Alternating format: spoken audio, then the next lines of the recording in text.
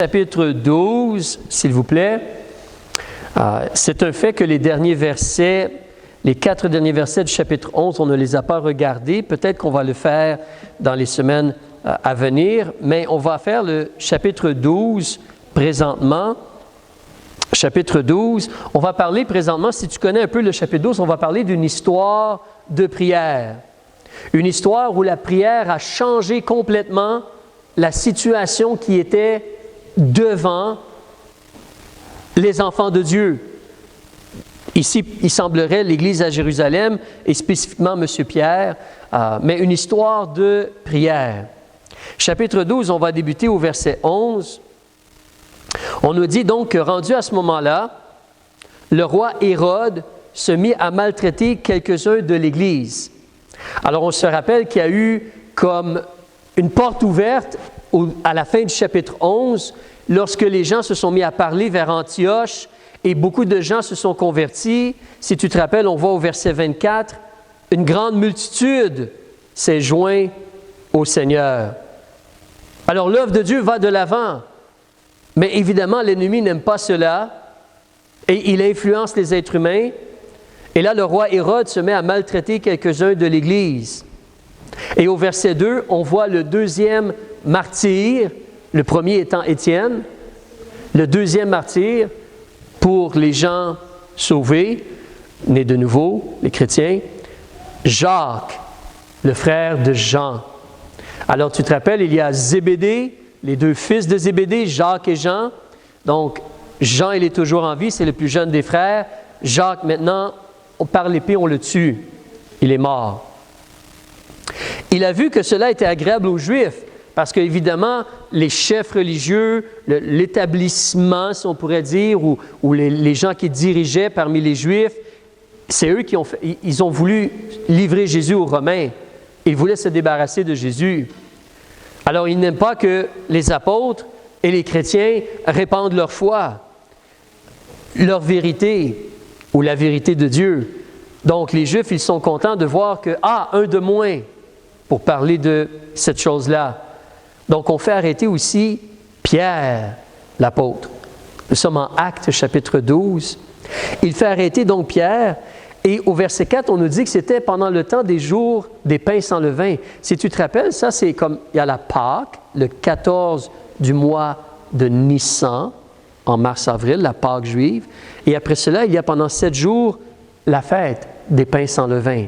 Pendant 7 jours, on se rappelle Dieu, on célèbre, et il n'y a pas de levain dans nos maisons. D'accord? Et donc, c'était pendant ce temps-là, mais c'est le même temps où Jésus est mort. Jésus a été tué autour du temps de la Pâque. Et là, on veut tuer Pierre autour du même temps. On l'a fait arrêter, on l'a mis en prison d'après le verset 4, et on s'est assuré qu'il était bien retenu, si on pourrait dire. On l'a placé à garder à 4 escouades de 4 soldats chacune. 4 x 4, 16. 16 soldats pour garder un homme. On veut l'exposer au supplice devant le peuple après le temps de la Pâque. On veut faire cela. Alors Pierre, au verset 5, il est gardé dans la prison. Donc c'est une situation assez sérieuse parce que les nouvelles, les manchettes en Facebook diraient « On va torturer et tuer Pierre, disciple de Jésus ». On entend cela, on connaît cela. L'information se propage. On a arrêté Pierre, et on va le tuer comme on a tué Jacques. Déjà, Jacques est mort. Là, on veut tuer Pierre. C'est vraiment sérieux.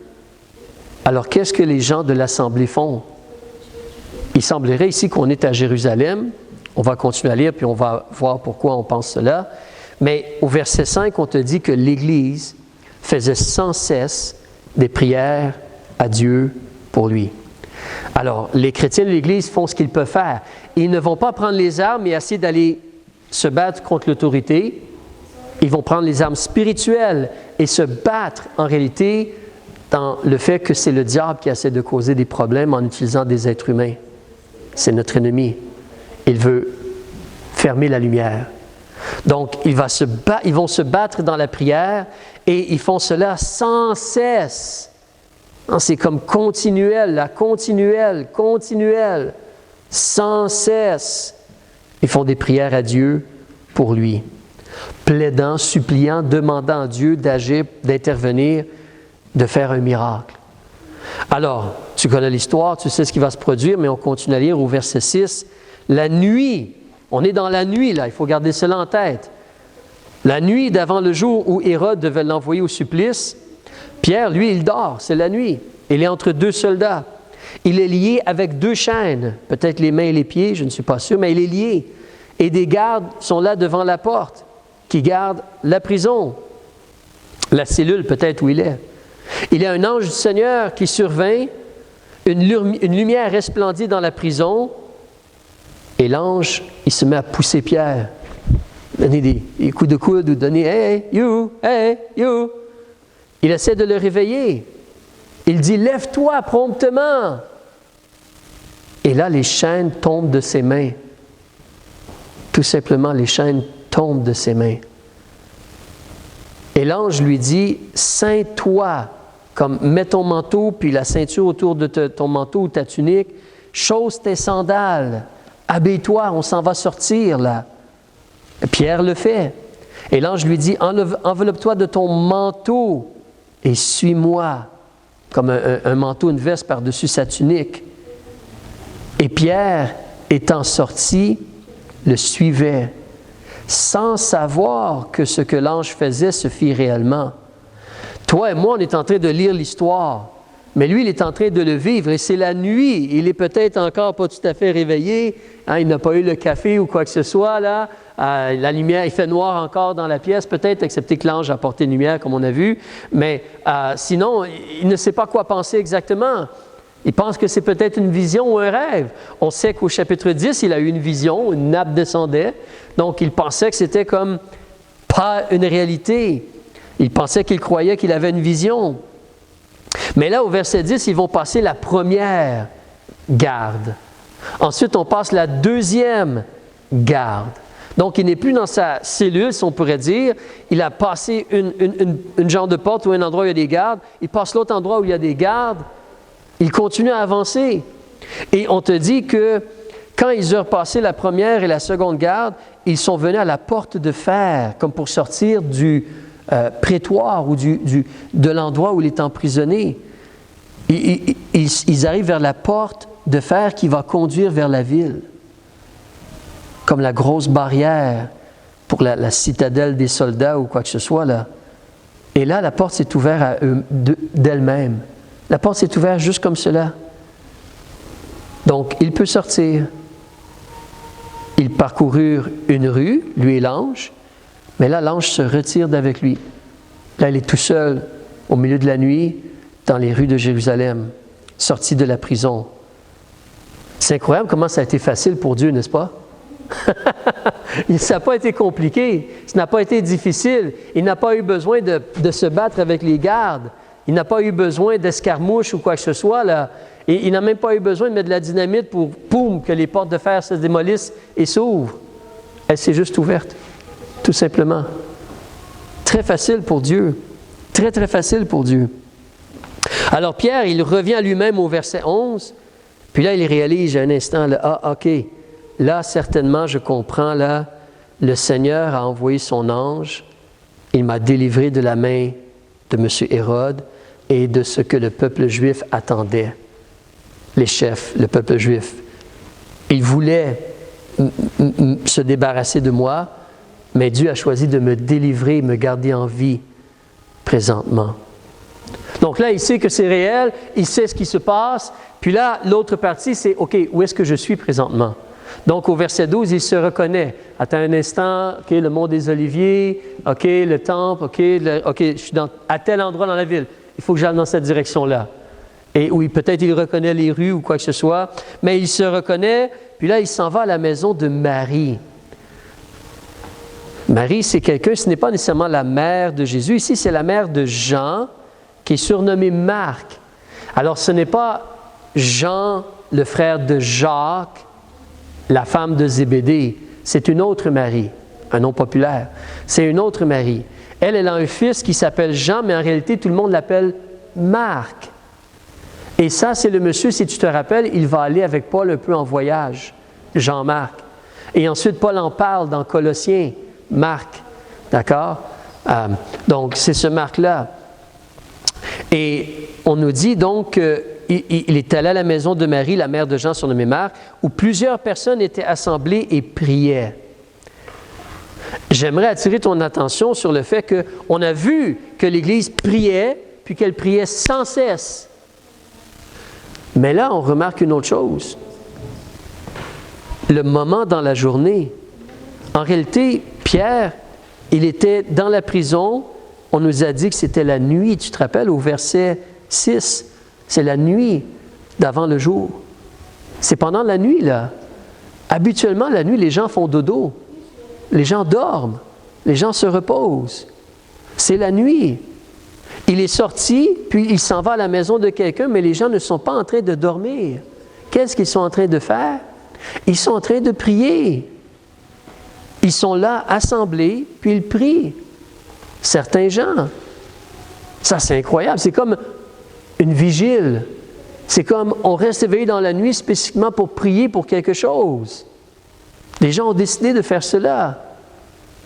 Alors, l'Église prie sans cesse. Ici, il y a un groupe de personnes qui prient pendant la nuit pour intercéder. Et nous, on a vu ce qui s'est produit pendant ce temps-là. Dieu l'a libéré de la prison. Certainement, Dieu a entendu les prières. Certainement, Dieu a agi. Et ici, il a décidé de libérer Pierre. Alors, si tu continues au verset 13, là, il frappe à la porte parce qu'il veut parler avec les gens. Il y a une servante nommée Rhode ou Rose qui s'avance pour écouter. Mais qui est là en plein milieu de la nuit? Je veux dire, qui va venir livrer quelque chose à la maison en plein milieu de la nuit?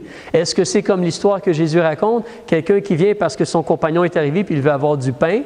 Je ne sais pas. Mais qui est là? Elle s'avance pour écouter. Elle reconnaît la voix de Pierre. Il est connu, il parle en public et tout cela. Elle reconnaît la voix de Pierre. Elle a beaucoup de joie. Elle n'ouvre même pas le porche. Elle ne lui ouvre pas la porte. Donc, elle s'en va à la place dire à tous ceux qui sont en train de prier, Pierre est devant le porche. Pierre est là, celui pour lequel vous priez pour est là devant la porte. Et qu'est-ce qu'on lui dit? Tu es folle, madame. Ça ne va pas. Ce qui est particulier, n'est-ce pas? Parce que, en réalité, eux sont en train de prier que Dieu le libère. Est-ce que c'est normal qu'ils cognent à la porte? Techniquement, c'est normal qu'ils soient libérés. Ils sont en train de prier qu'ils soient libérés. Mais eux, mais non, ça ne peut pas être lui à la porte, voyons donc. Tu es folle. Non, je vous assure que la chose est ainsi. Et les gens ont dit, non, c'est son ange. Mais Pierre, lui, il continue à frapper à la porte en réalité. Allô, y a-t-il quelqu'un? Alors, hey, you, je suis ici.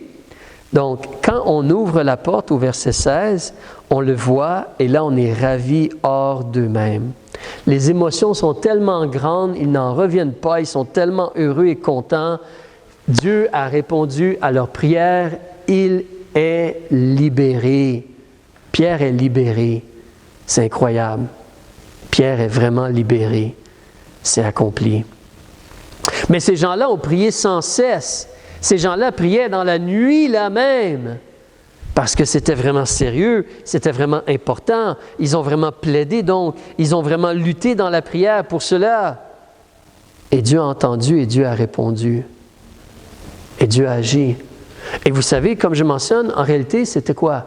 Facile pour Dieu. C'était facile pour Dieu de faire cela. Pour eux, c'était un gros effort de ne pas dormir, de vraiment prier, de se remplacer ou se relayer dans la prière, chacun son tour, des choses comme cela. Mais, donc eux, c'était un effort, mais pour Dieu, en réalité, c'était facile de libérer Pierre. Donc, on va continuer, on va parler un peu de cela encore, mais toi et moi, on fait face à des combats. On fait face à un ennemi qui veut causer des problèmes, qui veut déranger. Il veut te déranger toi dans ta vie. Il veut déranger ta vie de famille.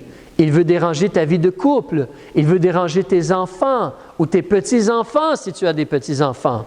Il veut causer des problèmes. Il veut détruire. il veut le mal. Il veut le mal. Puis il est à l'œuvre.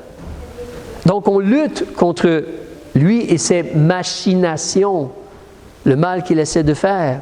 Donc on veut vraiment prier et considérer. Dernièrement, je partageais cette histoire-là avec quelqu'un, peut-être je vous l'ai déjà dit, mais en réalité, il faut comprendre qu'on dépend de Dieu, il faut vraiment utiliser la prière, il faut vraiment prier avec encore plus d'ardeur et de zèle, il faut vraiment demander à Dieu et croire que Dieu est capable de le faire. Si quelqu'un vient cogner à la porte, ça pourrait être Pierre, parce que Dieu est capable de faire. Alors, il y a quelques années, nous étions à Montréal et nous avions trouvé un endroit pour se réunir, pour avoir les réunions de l'Assemblée, les réunions de l'Église. Donc, un lieu, ce n'était pas un bâtiment d'Église, c'était comme un local commercial. Alors, en anglais, on va appeler ça un storefront. C'était juste un local commercial. La porte, elle est devant la rue, c'est comme un commerce, un magasin.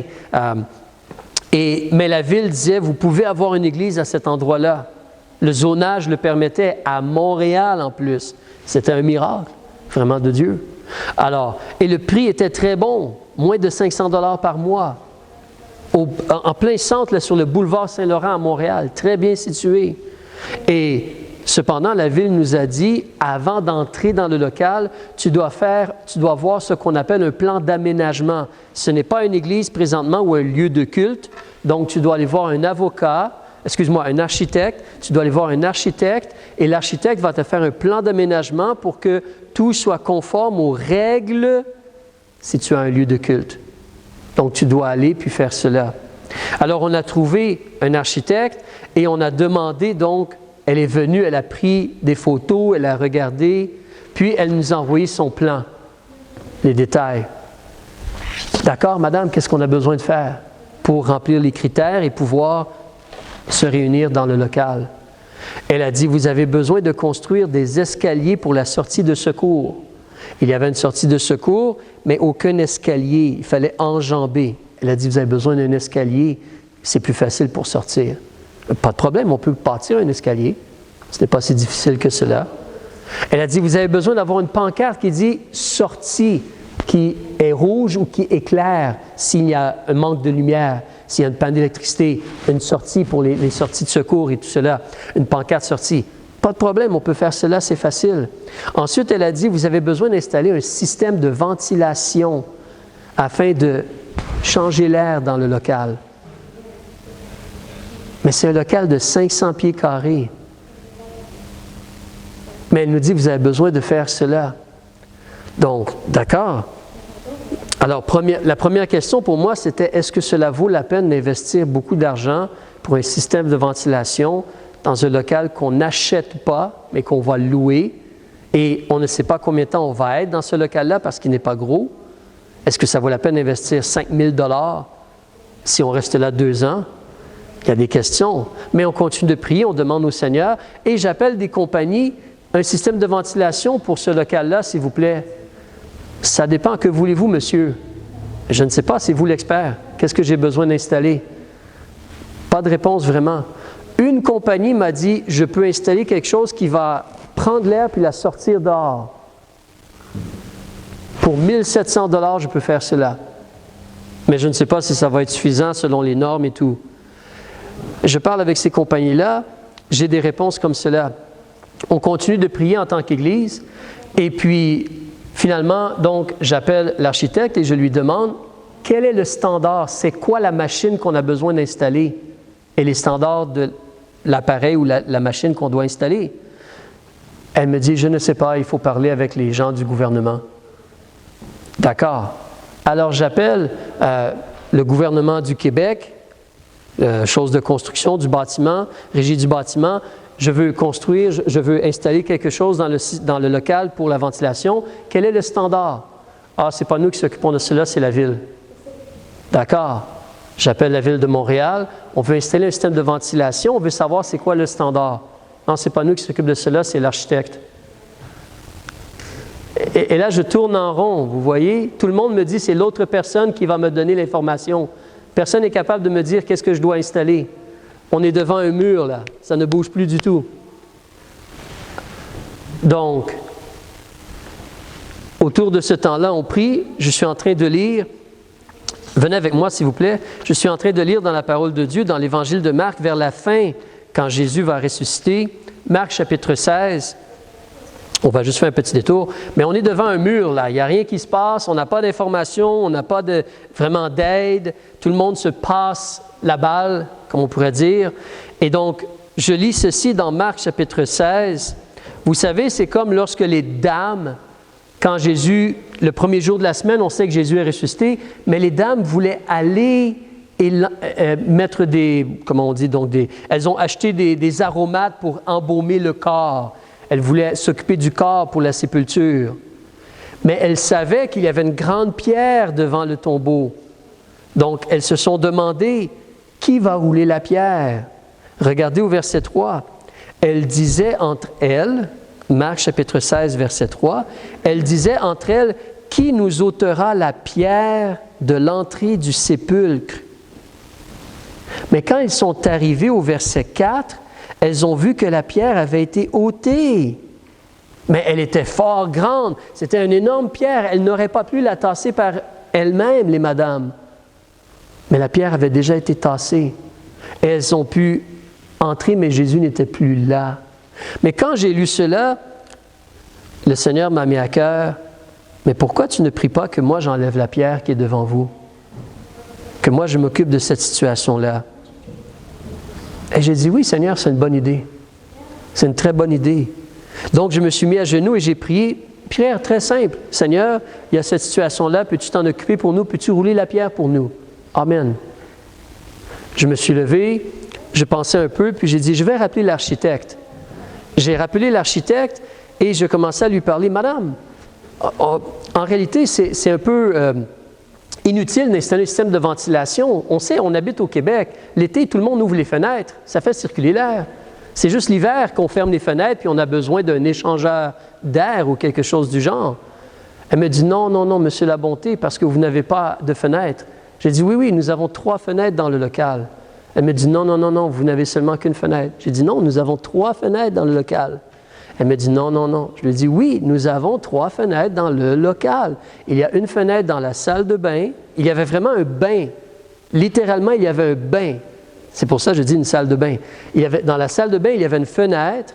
Il y avait une autre pièce qui était comme pour l'école du dimanche, qui avait une fenêtre. Et en haut de la porte d'entrée, il y avait une fenêtre, vous savez, qui baisse un peu, de haut en bas, là, qui bascule. Il y avait une fenêtre comme cela. La madame, elle a regardé ses photos, puis elle a dit, « Ah, monsieur Labonté, vous avez raison, il y a 3 fenêtres. Ah, mais dans ce cas-là, vous n'avez pas besoin de système de ventilation. Je vais changer mes plans et je vous donne le sceau d'approbation. Vous pouvez entrer dans le bâtiment ou dans le local sans problème. » Dieu a roulé la pierre comme cela, sans problème. Immédiatement après, j'ai appelé tous les gens à l'église et j'ai dit, là, il faut chanter Alléluia et célébrer Dieu. Il vient de rouler la pierre pour nous. On va avoir le local, on va entrer dedans. Alléluia. Donc, mais nous ici, on revient en Actes chapitre 12, nous avons nos situations, nous avons nos vies, nous avons nos obstacles, mais nous avons la prière. Nous avons la prière. Donc, si l'on continue, on était rendu au verset 17 du chapitre 12, et on va arrêter bientôt, mais au verset 17, on nous mentionne que Pierre, quand ils ont vu Pierre, là, Pierre a fait signe de la main, « Chut !» Et là, il leur a expliqué comment le Seigneur l'avait fait sortir de la prison. Puis il a dit, « Faites savoir cela à Jacques et à nos frères. » Après quoi, il est sorti, puis il est allé dans un autre lieu. Et là, quand le jour est venu, il y a eu un grand trouble parmi les soldats. Parce qu'on peut imaginer, tous les soldats comme se réveillent. C'est comme si le Seigneur les a aveuglés, puis là, hop, ils se réveillent, puis « Hey! Où t'as mis Pierre? » « Non, c'est pas moi qui est là, c'est toi qui es là. Regarde dans tes... » « Non, il n'est pas là. Pierre n'est plus là. » Ouh là là, qu'est-ce qu'on va dire au boss? Qu'est-ce qu'on va dire au roi, là? Qu'est-ce qu'on va dire au sergent? Mais Pierre n'est plus là. Donc, ce qui s'est produit, Hérode l'ayant fait chercher sans qu'on puisse le trouver, il a fait le procès aux gardes, il a commandé à la place, ils les ont menés au supplice. Ensuite, M. Hérode, il est descendu de Judée. C'est une des raisons pourquoi il était vers Jérusalem. mais il est descendu de Judée à Césarée, où il s'est arrêté. Alors Hérode, il est rendu à Césarée. Hérode était en hostilité avec les Tyriens et les Sidoniens, la ville de Tyr, la ville de Sidon. Aujourd'hui, c'est comme vers le Liban. Mais ils vinrent le trouver d'un commun accord. Ils ont gagné Blastus, tout un nom, hein, Blastus, chambellan, comme le serviteur du roi Hérode, le secrétaire du roi Hérode. Ils ont demandé la paix parce que leur pays tirait sa subsistance de celui du roi. Donc, au jour fixé, Hérode, il était revêtu avec ses habits royaux, il était assis sur son trône, et ici en français, on dit « il les a harangués ».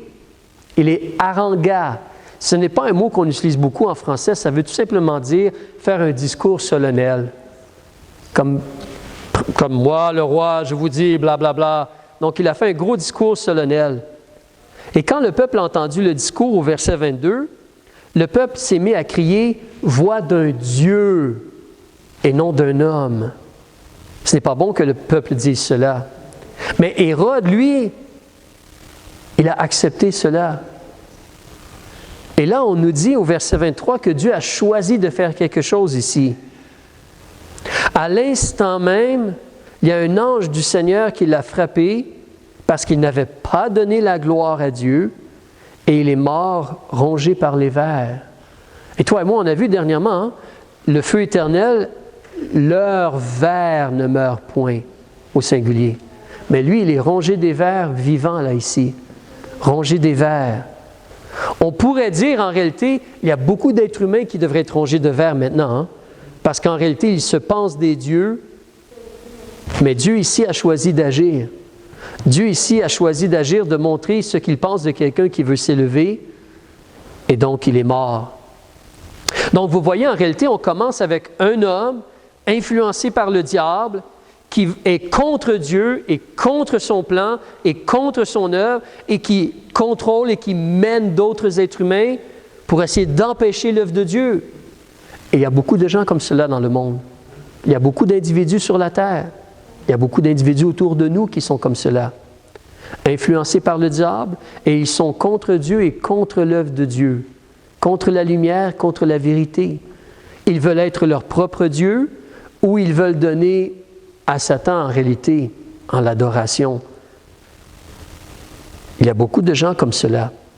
Mais là, c'est là que toi et moi, on est ici. Ça, c'est eux dans leur temps. Mais il y a certains gens à la place, c'est des gens qui sont soumis à Dieu. C'est des gens de prière.